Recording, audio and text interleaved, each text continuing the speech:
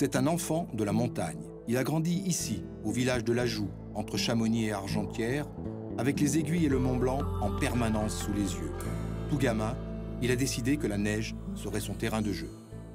Il a d'abord choisi le ski alpin avec les piquets pour horizon, puis le saut à ski. Et un beau jour, il a préféré répondre à l'appel des grands espaces, le ski hors piste en toute liberté, la montagne et son jardin. Sacré champion du monde de freeride pour la deuxième fois cette année, Aurélien Ducrot gère sa vie en athlète des cimes, professionnel jusqu'au bout des spatules. Entre deux voyages au cœur de la planète blanche, Aurélien raconte en toute simplicité son itinéraire d'enfant gâté par la montagne, tout en évoquant ses nouveaux horizons, la mer et la voile. Bonjour Aurélien, Bonjour, on est chez toi. Ouais. Super. Ouais, on est bien là. On est bien. Donc on est où exactement? On est où? On est dans la vallée de Chamonix, à La Joux, donc sur le haut de la vallée vers Argentières. Voilà. Donc c'est un petit village, c'est un peu en retrait. C'est un tout petit village caché, un petit hameau dans lequel j'ai grandi et j'ai la chance de pouvoir habiter aujourd'hui. Voilà, là c'est là où tu as grandi. Voilà, exactement. Et forcément, tu as été influencé par la vue, par la montagne. Tu as un appel obligatoire de la montagne avec la vue que tu as ici. Ah, c'est sûr qu'avec la vue qu'on a ici, on voit ça tous les matins et même si on se réveille là tous les matins, on est quand même admiratif tous les matins et donc c'est sûr que ça donne envie d'y aller, de la découvrir, quoi, clairement. C'est une chance quand on est enfant de naître là, de vivre là. Est-ce que tu l'as perçu comme une chance, comme un bonheur? Ouais, vraiment, je l'ai vraiment perçu comme une chance, comme un bonheur et après, voilà, à la naissance de mon fils, je voulais vraiment qu'il vive ce que moi j'ai vécu ici, porte ouverte, dans la forêt, vraiment complètement libre, en pleine nature, quoi. Une jeunesse comme ça, j'ai des souvenirs merveilleux de ça et je voulais vraiment, si je pouvais offrir ça à mon fils, c'était vraiment ce que je voulais, quoi. Un vrai privilège. Ouais, un vrai gros privilège. C'est quand même une... Comme je dis souvent, Chamonix, voilà, c'est une prison dorée, quoi. C'est magnifique. On a du mal à en sortir, mais c'est tellement magique comme endroit que. Alors, Gros privilège. toi, tu es issu d'un milieu de skieurs, de montagnards. Donc, ton destin, il était tracé. Il pouvait aller que là, non? Un petit peu, ouais. Je suis né une famille de guides, de moniteurs de ski, d'anciens coureurs. Donc, forcément, c'est sûr que j'ai été baigné depuis tout petit dans cet univers de la montagne, du ski, de la compétition aussi. Et c'est vrai que voilà, bon, j'ai des grands frères qui n'ont pas du tout choisi ce chemin-là. Mais voilà, moi, j'ai entendu en tout cas cet appel du ski, de la montagne. Et voilà, ça en fait ma vie et ma passion aujourd'hui, quoi. Alors, ça commence comme tous les gamins, par le club des sports, la Exactement. compétition. C'était le parcours obligatoire presque? Ouais, c'est un peu le parcours obligatoire. Puis c'est la meilleure école, c'est les bases du ski, c'est les bases de la technique. Et je pense que c'est hyper important de les avoir. Donc voilà, après moi j'ai changé un petit peu d'horizon, je suis parti dans le saut à ski à un moment donné. J'étais un tout petit bonhomme et j'ai grandi très tard, donc je pesais pas grand chose. Et il s'est avéré qu'à un moment, ça marchait très bien en saut. Je commençais à ramer un petit peu en alpin du fait de mon gabarit. Et donc je me suis orienté par là pendant quelques années, quoi. Ouais, alors le saut à ski, c'est... Tiens, je vais te monter une image peut-être. C'est quelqu'un que tu connais. Ouais. Manu Cheval, ouais, avec qui j'ai passé 5 ans en équipe de France. Ça va être Planica. Ouais. Donc tu as commencé avec lui? Ouais, on a commencé ensemble et on a passé vraiment 5 années de vie quasiment commune. Hein, quand on est en équipe de France, tu es tous les week-ends, enfin tu es vraiment tout le temps. Et voilà, quoi. C'était vraiment... Et c'est une discipline qui te manque parce que c'est une discipline formidable. C'est une discipline... le sport me manque un peu, ouais, parce que c'est vraiment des sensations hallucinantes. Et après, mon mode de vie aujourd'hui, la vie de freerider, de gérer un peu tout seul me convient mieux.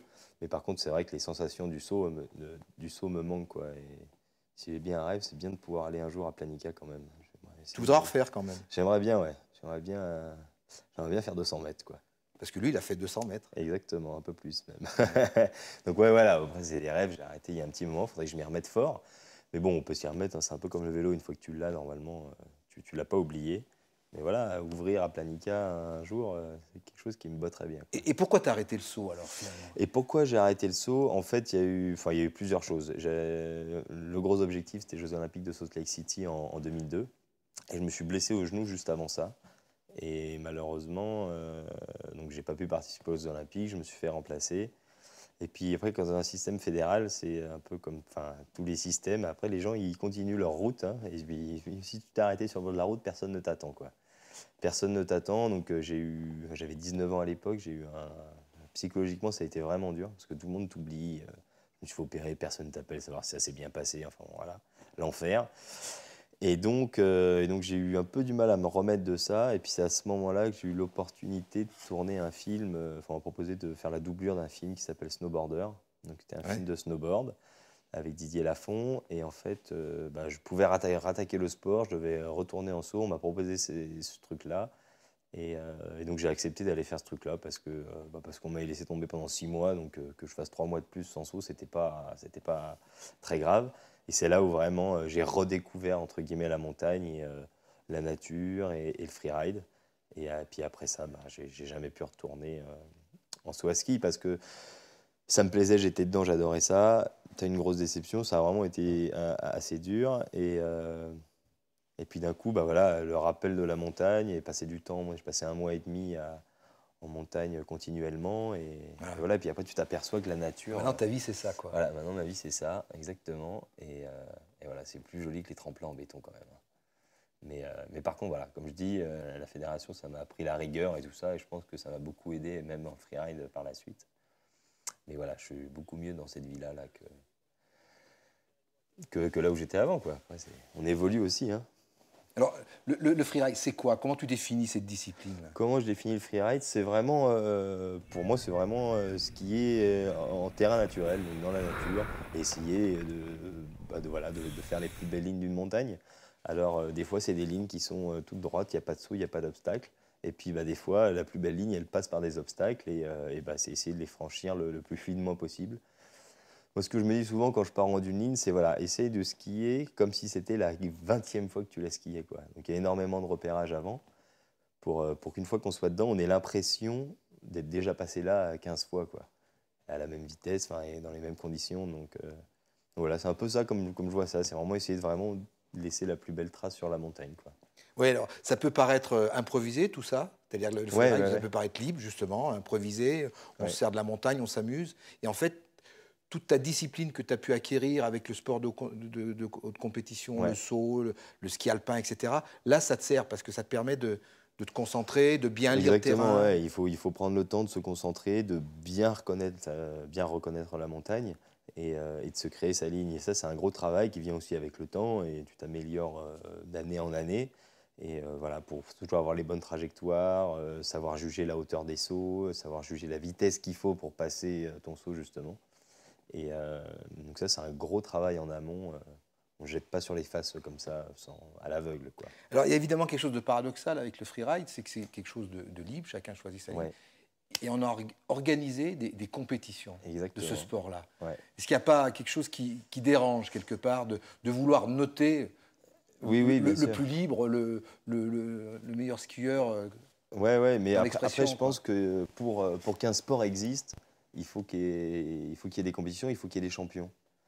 Et donc, la seule façon d'avoir des champions d'un sport, c'est d'avoir une compétition. Et je pense que le système dans lequel on est aujourd'hui reste un système qui respecte vraiment le freeride, parce qu'on a une ligne de départ, une ligne d'arrivée, mais c'est tout. Au milieu de ça, on fait exactement ce qu'on veut. Et alors oui, forcément, on est jugé là-dessus, mais bon, ça reste dans un esprit très freeride. Et puis, ce que j'aime bien, il n'y a pas des... Tout le monde parle d'esprit freeride, de liberté, et la vraie liberté dans le freeride, c'est justement de ne pas avoir d'esprit freeride. Il y a des gens de tout horizon qui peuvent venir, et c'est ça la liberté, c'est que tout le monde peut venir. Et l'esprit compétition, il ne vient pas perturber ça à un moment donné? Est-ce qu'il y a un esprit compétition particulier dans le freeride, par exemple? Oui, il y a par rapport au ski alpin, au saut à ski, bien sûr, parce qu'il y a une notion du danger. Parce que c'est un sport à risque sur lequel on prend des risques, et qu'on essaie de minimiser, qu'on calcule au maximum. Mais forcément, si on tombe, on peut rencontrer des rochers, on peut rencontrer une barre rocheuse. Sur un tremplin, quand tu tombes en saut à ski, tu ne vas rien rencontrer. Tu vas glisser dans une pente raide jusqu'en bas et tu ne vas pas heurter quelque chose. Alors là-dessus, il y a vraiment de l'entraide, et il y a énormément d'échanges entre nous avant la compétition sur qu'est-ce que tu en penses de ça, est-ce que tu penses que ça va passer, toi tu vas où? voilà, à l'extrême, je savais très bien qu'il y en avait 4 qui devaient aller dans cette traversée. Je savais qu'il y avait très peu de neige là-dedans. Et si les 4 y allaient, je savais que je ne pouvais pas y aller. Oui, l'extrême dont tu parles, qu'ils y allaient. Voilà. c'est l'extrême de Verbier. Exactement. Que tu viens de gagner. Que je viens de gagner. Pour la deuxième fois. Troisième fois. Troisième fois. Ouais. Je crois que tu avais fait 2, 1, 2006, 2... Ah oui, 2006, oui, bien sûr. 2011, ouais. Mais c'est ton deuxième titre de champion Exactement, du monde. Voilà, ouais. cette année, tu deviens pour la deuxième fois champion du monde de freeride. La première fois, c'était en 2009. Ouais, l'année passée, c'était une année un peu plus difficile. Plus en dedans. Ouais. Un peu plus en dedans. Et il y a cette course à Verbier qui conclut la saison. Ouais. Mais la saison, elle avait commencé quand même à Chamonix. Exactement. Et à Chamonix, ça part bien. Ouais, ça part bien. L'année passée, c'était mal parti à Chamonix. Exactement, c'était mal parti l'année dernière. Donc là, c'était un peu la revanche, quoi. De recommencer. C'est jamais simple de commencer à la maison, dans son public et tout ça. Et ça s'était très mal passé la première fois. Et donc, vraiment, cette année, c'était dans l'idée de ne pas décevoir à nouveau, entre guillemets. On se la revoit, alors? Ouais, carrément. C'était un beau moment. Pareil, je partais encore avant-dernier, je crois. Et j'ai réussi à trouver un passage où j'étais quasiment le seul. Et voilà, c'était pas des conditions faciles parce qu'il n'y avait pas beaucoup de neige cette année, mais ils ont réussi à trouver une phase quand même assez enneigée, plein nord, avec pas mal de changements de neige, mais voilà, ça se passait bien, quoi. Avec le plus compliqué passage là, au milieu, avec un saut en aveugle, c'est toujours assez impressionnant, même si c'est pas des gros sauts, tu vois pas du tout où tu vas. Et voilà, ça y est, la saison était lancée, quoi, entre guillemets. Donc pour des courses comme ça, le moment important, c'est quand même la reconnaissance. Ouais, hein. c'est la veille, c'est-à-dire que vous êtes aux jumelles, vous repérez le terrain, vous n'avez pas le droit de le skier. Donc là, il faut vraiment anticiper. Oui, voilà, il faut savoir exactement où on va, surtout particulièrement là où j'ai un saut qui est complètement en aveugle, c'est-à-dire qu'au moment où je vais décoller, je ne verrai pas du tout ma réception, je ne sais pas du tout où je vais aller, donc mon axe de direction a intérêt à être parfait là-dessus, quoi. Alors, quel sentiment on a au sommet d'une pente? Est-ce qu'il y a de la peur? Il n'y a pas de la peur. Il y a de la peur, mais qui n'est pas de la peur pas de la peur de tomber, c'est plus la peur de réussir ce qu'on a prévu de faire. Donc c'est pas une peur. Je pense que la peur d'aller vite, la peur de tomber, je pense que c'est plus un frein. Là, c'est un petit peu l'appréhension de réussir ce qu'on a prévu, quoi. C'est plus de voilà. Et puis après, bon, une fois qu'il dit 5, 4, 3, 2, 1, go, là, il y a plus de tout s'envole. C'est l'adrénaline qui prend le dessus et qui met un petit peu. Parce qu'il y a quand même des accidents dans ce sport. Il y a quand même une grosse part de risque quand même. Non, il y a des vous le maîtrisez, je suppose. Qui sont minimisés. On est équipé pour, donc on fait en sorte de maîtriser au maximum, mais voilà, il y a des choses, on le sait bien, en ski, on touche vite un caillou à l'endroit où il ne faut pas le toucher, qui est caché sous la neige, donc il peut se passer pas mal de choses. Les accidents sont quand même, je dirais par rapport à la prise de risque, et ça se professionnalise de plus en plus, il y en a de moins en moins, et en tout cas de moins en moins grave, donc ça c'est le positif, mais c'est sûr que c'est un sport à risque. À partir du moment où on évolue en milieu naturel, de toute façon. C'est quoi le risque? C'est à un moment donné, quand tu vois les autres, est-ce que tu peux te sortir de ta zone? Ça, c'est les gros risques. C'est-à-dire je sais pas, tu es en haut au départ, tu as l'impression de voir les autres faire des lignes complètement dingues, et puis tu te dis, ah non, ma ligne, elle est pas bien, c'est pas une bonne ligne, je vais changer. Là, par exemple, changer de ligne au départ, ça, c'est la plus grosse bêtise qu'on peut avoir. Et voilà, et c'est souvent, particulièrement les jeunes qui ont un peu moins confiance en eux, qui se disent, ah bah non, et qui veulent trop en faire, qui pensent qu'il faut en faire trop pour gagner, et c'est là où arrivent les accidents, quoi. Les qui veulent aller trop vite, qui veulent sauter trop haut, et voilà, ça nous est tous arrivé à un moment donné, et voilà, il faut savoir vraiment juger ça, savoir ce qu'on est capable de faire nous-mêmes, pas regarder les autres. Et moi, je sais qu'au sommet des courses, je regarde quasiment jamais personne, je veux pas savoir ce qui s'est passé, je veux pas savoir ce qu'ils ont fait, parce que sinon, forcément, ça te met des doutes, et voilà, faut avoir la force de rester dans son truc et de dire, voilà, moi j'ai prévu ça, je sais que je peux le faire, et je pars là-dessus, je ne change rien à mon programme, quoi. Et là, le fait d'avoir fait de la compétition classique, alpin ou saut, ça te sert ou... Ouais, forcément. Après, voilà, il faut qu'il y ait un esprit de compétition à un moment pour savoir se surpasser à des moments, je pense, ou en tout cas être efficace au bon moment. Et c'est sûr que voilà, je pense que les années de compétition avant m'ont pas mal aidé pour ça, quoi. Alors, il y a un autre élément important, je suppose, c'est le fait d'être montagnard, c'est-à-dire que tu connais la neige. Tu connais la neige, tu connais la montagne, il y a ça, il y a les freeriders, voilà, moi je suis vraiment pur montagnard, fils de guide et à Chamonix, mais tu en as d'autres qui viennent de Suède, qui n'ont pas de grosses montagnes comme ça, et qui pour eux, le bec des Rosses, c'est énorme. Alors c'est sûr que pour tout le monde, c'est quand même une phase compliquée, qui est raide, qui est longue, mais je pense que j'ai beaucoup moins d'appréhension sur cette phase que eux peuvent en avoir, quoi. j'ai plus l'habitude de la haute montagne, j'ai plus l'habitude du raid que peut-être que certaines personnes, et c'est ça qui fait que ça marche bien à Verbier. Bon, alors le Bec des Rosses, on va se la revoir, parce que c'est quand même bon. C'est donc la 3e fois que tu gagnes. Cette année, tu as encore un dossard élevé. Comment ça se fait que tu as toujours des dossards élevés? C'est un tirage au sort, ça a été un hiver, je pars sur 5 courses, 5 fois avant-dernier, je crois. Truc de dingue. Normal, tu pourrais prendre le 1. Ouais, dans l'absolu. J'aimerais bien. Il n'y a pas de série, il n'y a rien. Non, il n'y a pas de série, tout le monde dans le même paquet, mais voilà, des fois, tu as des années avec des tirages au sort hallucinants. Donc là, ça te fait partir loin. Donc le terrain est skié, il a déjà été abîmé. Il y a très peu de neige sur le haut, donc je savais que ça c'était embêtant. Mais et finalement, j'ai réussi à faire encore une fois la moitié de la face, à faire que des traces tout le long, quoi, là où personne n'était passé. Donc c'était assez agréable. Bon, ce que j'ai toujours, c'est qu'on peut gagner avec n'importe quel numéro. C'est ce que je me dis pour moi, tu sais, dans ma tête. Bon. Revis un peu cette course pour nous, là. Alors voilà, là il est tard en fait parce que ça a pris vachement de retard. Il y a eu un athlète qui s'est blessé, donc on a passé je sais pas, plus de 3 heures au départ. Il a fait une grosse chute en plus. Ouais, il a fait une grosse chute, quasiment sans blessure, juste une épaule luxée, mais ça tu l'as pas vu? Non, tu l'as su. Je l'ai su, on te le dit parce qu'il y a eu un arrêt de course. Ouais, donc voilà, tu sais que voilà, donc il y a un arrêt de course d'1 heure, le temps de se faire évacuer un hélico, tout ça. Mais on a tout de suite su qu'il n'avait pas grand-chose, donc ça allait.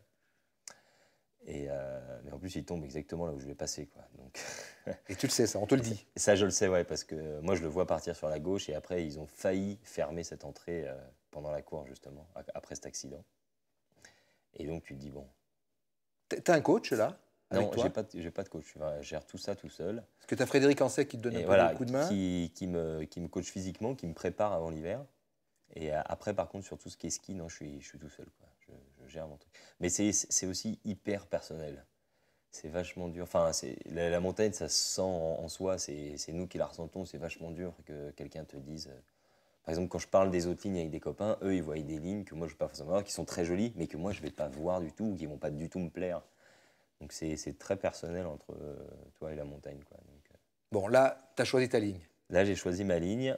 Et tu y vas. Et voilà, et j'y vais. Donc là, je suis au départ. Donc le haut, on avait les 20 premiers mètres où il n'y avait pas du tout de neige. Donc on avait décidé de ne pas juger les 20 premiers mètres parce qu'il y a une trop grosse différence entre les premiers dossards et les derniers dossards. Les cailloux qui sortent, voilà, etc. La neige est pas compliquée. Et donc voilà, c'est parti. Donc là, c'est la partie haute qui est super raide. C'est 50-55 pendant les 150 premiers mètres.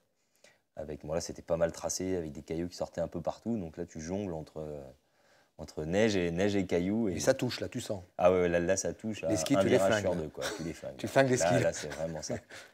Et après, là, j'arrive dans ma traversée, en fait, pour rejoindre le couloir central, là où je pensais qu'il allait avoir beaucoup de traces, justement. Donc, il y avait quelques personnes qui avaient pris la traversée, mais qui n'avaient pas tiré jusqu'au couloir central. Donc là, il y avait un petit passage délicat avec de la neige dure et un virage qui est complètement sur les cailloux, d'ailleurs. Voilà. Et là, j'arrive dans le couloir central, et là, je me dis, mais merci les gars, quoi. Personne n'était venu, donc là, c'était le bonheur, quoi. Donc, le premier gros saut de barre, je m'attendais à avoir des cratères en réception, c'était vierge, donc posé super facile. Et puis derrière, je me fais 5 courbes entre les rochers dans de la poudre, dans 20 cm de poudreuse, avant d'arriver sur mon dernier saut, qui, pareil, voilà, était vierge de nouveau. Donc, c'était vraiment un... Ouais, les grands moments quand tout se déroule comme tu as prévu, quoi. Tu as prévu ton run dans ta tête à peu près comme ça, et au virage près, c'est exactement ce que tu avais prévu. Et là, tu sais que tu as gagné presque. Donc, voilà, je sais que j'ai déjà, quand tu as réussi ce que toi tu voulais, c'est la première victoire. Et puis là, cette année à Verbier, il donnait les résultats en direct en bas. Et donc, voilà, j'ai vu qui est-ce qui était en tête. Et il m'annonce en tête, et je savais que les personnes qui étaient derrière moi ne pouvaient pas venir me chercher en plus au classement général. Donc tu sais là que tu as gagné la course. Je sais que je suis champion du monde. Je ne sais pas champion. encore si j'ai gagné la course. Mais voilà, mais j'étais quasiment sûr. Parce que voilà, tu sais. Et comment t'expliques alors? Personne n'a pris cette même ligne parce que c'était plus engagé, parce que c'était un endroit plus difficile. Il y avait vraiment cette traversée au milieu qui était hyper technique, et là où la neige était la plus mauvaise, alors que c'était le plus raide et le plus compliqué. Donc c'est sûr que ça en a refroidi beaucoup. Et donc il y a eu ça. Et puis après, il y en a Ludo Lovey qui devait aller là où je devais aller, qui est tombé avant. Henrik Winstedt qui est tombé aussi au départ en se prenant les pieds dans les cailloux, qui devait aller là-bas. Donc voilà, les choses ont fait qu'il y en a deux autres aussi juste devant moi qui n'ont pas osé y aller. Comme Samuel Antamaten qui était devant moi au général, qui a contourné, qui qui est revenu sur ses pas, entre guillemets. Alors Samuel, c'est un peu ton profil, hein, c'est Zermatt. Oui, voilà, exactement. Mais lui, il est guide, hein, lui, il est mais c'est un peu ton profil, quoi. C'est le gars de la montagne qui s'est mis au freeride. Le gars de la montagne, quoi. très technique, et qui a un gros bagage aussi d'alpin derrière, et qui est très, très montagnard, donc il se sent super bien sur ces passes-là. Et qui, je sais pas, peut-être de la chute d'avant, ne s'est pas senti à ce moment-là, et à éviter. Et donc quand j'étais dans le départ, je me suis dit, à mon avis, je vais être tout seul. Et effectivement, j'étais tout seul. Donc là, après, podium. Donc là, après podium, grand bonheur, le victoire chèque, de l'histoire, le chèque. Comment on gagne quand on gagne On gagne 10 000 $. Bon. Voilà, donc, ça, c'est les primes de course. Exactement. Donc c'est toutes les mêmes sur les 6... Il y avait 6 courses Non, ce n'est pas toutes les mêmes. Ça, c'est juste Verbier. Après, sinon, c'est 6 000 $. D'accord. Donc cette année, tu en as gagné 2. J'en ai gagné 2. Chamonix et Verbier. Deuxième place, ouais. Tu t'es blessé en même temps? Je me suis blessé, ouais. Je me suis blessé en milieu de saison. Je me suis déchiré un quadriceps en Russie, juste avant la course. Donc ça a été la grosse galère. Et puis, j'ai vraiment couru avec ma tête en Russie, quoi. Je voulais prendre le départ pour ne pas perdre trop de points au général, pour essayer de faire quelque chose. Et puis en fait, ça s'est super bien passé parce que j'étais dans un état tellement... j'étais tellement déçu et tellement énervé de ne pas pouvoir finalement faire ce que je voulais faire au départ. Je me suis rabattu sur une ligne plus facile. Et je pense que d'ailleurs, ce jour-là, j'ai skié à 100% avec ma tête et pas avec mes jambes. Mais je pense que j'aurais moins bien skié avec mes 2 jambes qu'avec une comme j'avais ce jour-là, quoi. Parce que voilà, je suis passé un peu dans un état un peu second mentalement et j'ai réussi à terminer 2e de cette course. Alors, c'est un sport où les Français marchent bien. Ouais. Alors, comment ça s'explique? C'est parce qu'il y a une culture je pense que ski-là. Il y a le ski, l'alpinisme, Chamonix, le ski extrême, tout ça, ça a quand même beaucoup commencé en France avec Alençon, avec Boivin, exactement, tout ça. Donc je pense qu'il y a une grosse culture du ski de montagne, du ski freeride, et qui fait que on reste encore aujourd'hui la plus grosse nation. De ski freeride, mais bon, les autres nations arrivent fort aussi. Hein. Et la Suède, les États-Unis, ça commence à arriver assez fort, quoi. Bon, alors, il y a un autre sport maintenant qui a pris de la place dans ta vie. Oui, exactement. C'est la voile. C'est la voile, ouais. C'est logique, la mer montagne, ça fait bon ménage. Et cette année, il y a eu un moment un peu magique quand même. Tu es venu présenter ici, à Chamonix, mon bateau, ouais. Ton bateau. Ouais, j'ai commencé ce projet l'année dernière et puis ça se fait beaucoup dans le bateau, on parraine les bateaux. Et donc c'est un petit bateau qui est assez facilement transportable. Donc j'ai décidé de l'amener ici pour la première étape du championnat du monde de freeride et de faire le baptême du bateau à Chamonix. Donc c'était juste magique, quoi, d'avoir mon bateau au pied du Mont Blanc pour son baptême. C'était un beau moment. Et un beau week-end parce qu'en plus je gagne la course le lendemain, donc c'était juste parfait. Mais voilà, donc c'est un nouveau projet. Et le but, c'est de traverser l'Atlantique en solitaire sur ce même bateau en septembre prochain, le 25 septembre. Faire la course aussi. Exactement. Mini-transat. La mini-transat. Et voilà, donc là, je pars d'ici quelques jours me réentraîner en bateau et pour me préparer pour cette transat, quoi, là, pour le coup, c'est une grosse aventure parce que je suis chamoniard et je ne suis pas marin à la base, quoi. Oui, parce qu'en fait, c'est tout récent, cette passion pour la voile. C'est venu d'un parrainage. On m'a demandé d'être parrain d'un bateau et c'est comme ça que j'ai découvert la voile, les marins, l'aventure, tous leurs récits et ça m'a complètement passionné. Et pendant 3 ans, j'ai essayé de monter ce projet. J'ai essayé aussi de démonter ce projet pour dire non, attends, c'est quand même beaucoup, c'est quand même compliqué, la Bretagne, Chamonix, voilà. Et puis en fait, voilà, j'avais trop envie de faire ce projet. Donc en 2009, j'ai décidé de m'acheter mon bateau et commencer un petit peu à naviguer. Puis les partenaires m'ont suivi dans l'aventure. J'ai réussi à me qualifier pour cette mini-transat. Et voilà, mais c'est vrai que c'est nouveau. J'ai jamais fait de solitaire de ma vie. J'ai jamais passé une nuit en mer. Quand j'ai commencé l'été dernier, je me suis mis la pile complet, quoi. Enfin, c'était vraiment... c'était génial, quoi. T'arrives, t'es personne dans un milieu inconnu et tu te débrouilles comme tu peux, quoi. Donc c'était vraiment, vraiment chouette. Et il y a quoi? Qu'est-ce qui t'anime là? C'est un grain de folie? C'est découvrir autre chose? Ouais, c'est toi, perso? C'est aussi la nouveauté, en fait.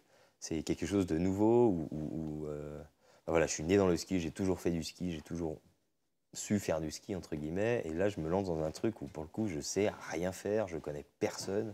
Voilà, je n'étais jamais allé en Bretagne de ma vie. Je suis parti de Chamonix le 5 avril avec ma voiture, je me suis pointé là-bas, je connaissais personne, quoi. Mon copain donc, avec qui j'étais parrain, mais c'était tout. Et donc voilà, c'était un peu ce défi personnel.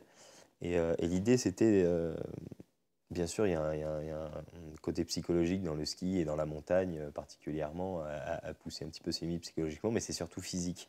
Alors que là, en mer, c'est beaucoup plus mental que physique, et c'était ça que j'ai envie d'aller chercher, d'aller découvrir le solitaire, 10 jours tout seul, sans communication, sans parler. C'est quelque chose d'hyper particulier et voilà, que j'ai vraiment envie de découvrir et que j'ai commencé à découvrir parce que j'ai fait 8 jours et demi en solo l'été dernier pour les qualifications. Et c'est vrai que c'est des moments qui peuvent être hyper durs, mais les bons moments sont juste magiques, quoi. C'est juste des... Et là, la montagne, la mer, on dit que ça se rapproche. Ouais, alors en fait, c'est au niveau sportif, directement sportif, il n'y a pas vraiment de rapprochement parce que c'est deux trucs complètement différents. En revanche, sur l'appréhension de l'élément, sur l'appréhension du risque, sur tout ça, c'est très très proche. Et ça, je pense que ça m'a pas mal aidé à évoluer assez vite. C'est-à-dire, j'ai jamais été mal à l'aise en mer, j'ai jamais eu peur de la mer. Voilà, donc, et j'ai l'impression que j'arrive à cerner les risques plus facilement que quelqu'un de lambda, mais parce que je les connais en montagne, je sais peut-être un peu plus écouter la montagne et l'élément qu'une personne qui viendrait faire du bateau pour la première fois. Et ça m'a beaucoup aidé. Alors l'ambition, c'est de faire une carrière après en voile? Ouais, clairement, ouais. Carrière, je sais pas. Quand le ski, ça ira un peu moins bien. Voilà, exactement. Parce que physiquement, c'est plus dur, tu iras vers la voile? Ouais, j'aimerais bien continuer en voile. J'aimerais bien pousser la chose, en fait. Je rêve d'un tour du monde en solitaire, d'un Vendée Globe dans quelques années. Hein, mais voilà, je travaille déjà sur un projet pour la prochaine route du Rhum. Et voilà, quoi. Donc c'est vraiment... je pense que je vais y passer de plus en plus de temps. Voilà. Aurélien, 2-3 questions pour finir. La plus belle descente, c'est quoi pour toi? Celle que tu as fait ou celle dont tu rêves? Les plus belles descentes, alors j'ai fait des descentes magnifiques, le nord-est des courtes, des descentes vraiment magiques, mais je pense que les plus belles descentes, c'est plus des journées que je peux partager vraiment avec des amis et que je peux emmener faire découvrir ce que j'ai la chance de vivre souvent. Et voilà, et d'aller faire, pas des choses qui sont forcément très dures, mais voilà, une belle journée avec tes amis de cœur, les personnes que tu aimes vraiment, et leur faire découvrir un peu ça, leur faire partager ça. Ça, je pense que c'est mes plus belles journées. Donc le meilleur compagnon de freeride, alors pour toi, c'est quelqu'un que t'aimes, voilà, exactement. Ouais. C'est quelqu'un que j'aime. Donc que ce soit un ami, ma femme, quelqu'un de ma famille, voilà. Et ça, c'est vraiment des bons moments parce que c'est un sport très très solitaire sur lequel on prend nos décisions tout seul. Je suis tout seul, je voyage tout seul toute l'année, voilà. Et là, tu peux partager un petit peu ce qui t'anime, ce qui te fait vivre. Et je pense que c'est important aussi de leur faire ressentir pourquoi tu fais ça, pourquoi tu prends ces risques. Et donc, c'est vraiment des moments que j'aime beaucoup, quoi. S'il y avait un freerider avec un F majuscule, c'est qui aujourd'hui? Un freerider avec un F majuscule. Snowboarder ou skieur, ouais, je sais pas. Bon, il y a, en snowboard, il y a Xavier Delerue qui est quand même vraiment très, très impressionnant, qui a une vision de la montagne que j'aime beaucoup. On check beaucoup les faces ensemble, d'ailleurs. Et puis après, au niveau du ski, voilà, Kai Zackrisson, pour qui j'ai beaucoup de respect, qui a toujours été un gros skieur. Si tu n'avais pas été freerider, du coup, tu imagines? C'est bien tombé, ça, ce sport se développe. Ouais, exactement. C'est vrai que ce sport est bien tombé. Si je n'avais pas été freerider, j'aurais très certainement été guide, je pense. Parce que quand j'ai arrêté le saut, j'ai dit, bon, je vais faire du freeride, et de la montagne surtout. C'était vraiment les deux. Et puis, je verrai ce qui marche. Si le freeride marche, tant mieux. Mais si ça ne marche pas, voilà, l'idée, c'était de passer le guide. Et puis, le freeride a très, très bien marché. Et puis, j'ai plus eu le temps de passer le guide après. Et voilà, quoi. Puis maintenant, je suis un petit peu passé à autre chose. La plus belle montagne à descendre? La plus belle montagne à descendre, malheureusement, je ne les connais pas encore toutes, mais j'aimerais bien la trouver. Je vais aller la chercher. Merci Aurélien. Ouais, avec plaisir. Sympa, bien, beau chalet, magnifique. T'es bien ici, c'est ton camp de base, quoi. Ouais, c'est mon camp de base. Je rentre ici tout le temps et voilà, c'est hyper important pour moi, quoi. Parce que finalement, tu ne passes pas beaucoup de temps ici. Voilà, c'est sûr qu'entre l'été en Bretagne et l'hiver à beaucoup voyager, je ne suis pas beaucoup. Donc quand je suis ici, je suis vraiment à 100% ici et je m'enferme un petit peu ici avec ma famille et je profite de ça, quoi. Donc c'est vraiment mon camp de base, mon petit nid familial. Et voilà. Merci. Merci à vous. On va te dire bon vent. Ouais, j'espère.